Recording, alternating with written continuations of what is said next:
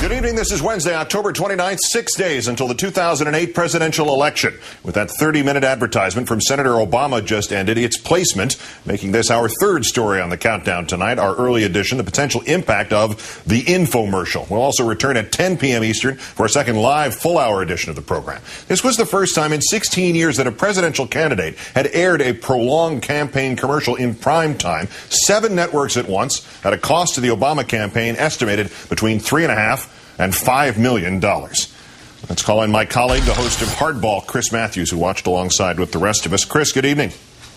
Good evening, Keith. If you tuned in maybe grudgingly to this thing, you were told this was the Obama speech, the Obama infomercial purchase, the Obama show, would you have been surprised? Would you have been sucked in? How did it work? Well, I thought it was Hollywood. It was romance. It was realism. The technical quality of it, the production values were perfect.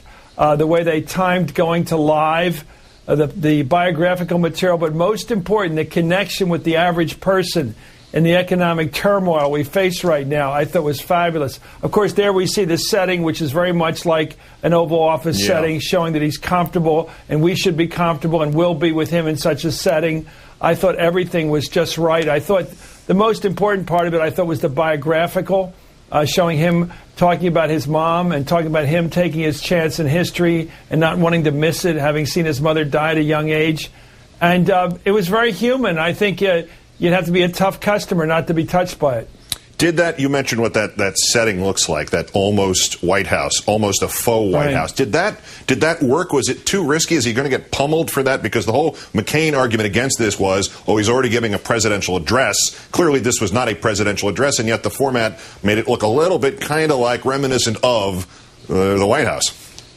Well, just let me say what I said earlier on my program. Ask the McCain people if they'd like 8:30. Yes. I think for all the sour apples we're getting from them, they wish they had the second half hour this hour, not you. And so don't kid yourself. This is valuable material. This is real estate of the highest order. And their location is, here we are in prime time, the Wednesday before the election, one of the most busiest hours on television and most watched. And I tell you, again, I go back to the production values. I think it's very hard to turn away from a well-produced television program.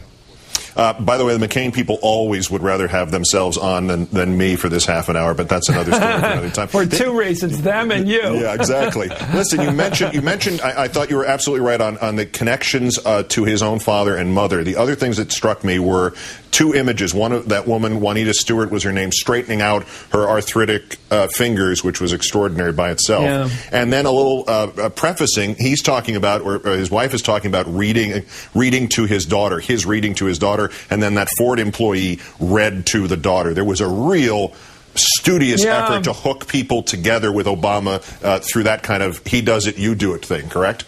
Yeah, it's so, I've always said this to people who are tough on the racial front, and everybody grows up in their own way, and I'm not passing moral judgment on anybody, and I know we all grew up in this country, which is so, bothered by race, and we just all are to different degrees, and just think about it if you're examining your conscience. What do you want black people to do? You want them to grow up well, raise their kids well, pay attention to their kids, raise them well, accept your responsibility as a parent, do everything right. This family has done everything you've asked them to do. What more do you want before you're going to vote for a black guy? What more do you want?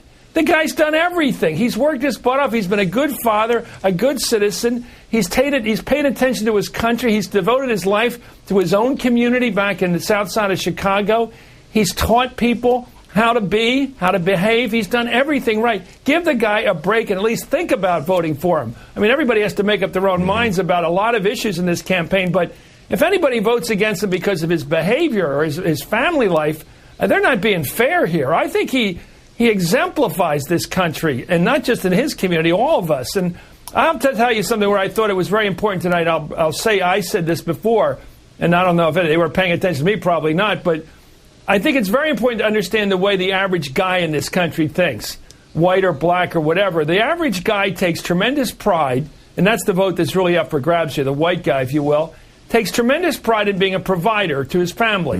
And in rough times or good times, he comes home with with the bacon, and he shares that responsibility, of course, with his wife and the mother of the family. And he brings it home, and he takes great pride that he can do it. He can sweat it out. He can do the 2 jobs. He can work the long shift. He can drive the truck the extra couple days. He can do it, and he comes home with the pride of the father who provides. It's very important that the government not try to do that job because it can't do that job. If it tried a million years, it couldn't do the job of being a father. The government can't be a father or a mother.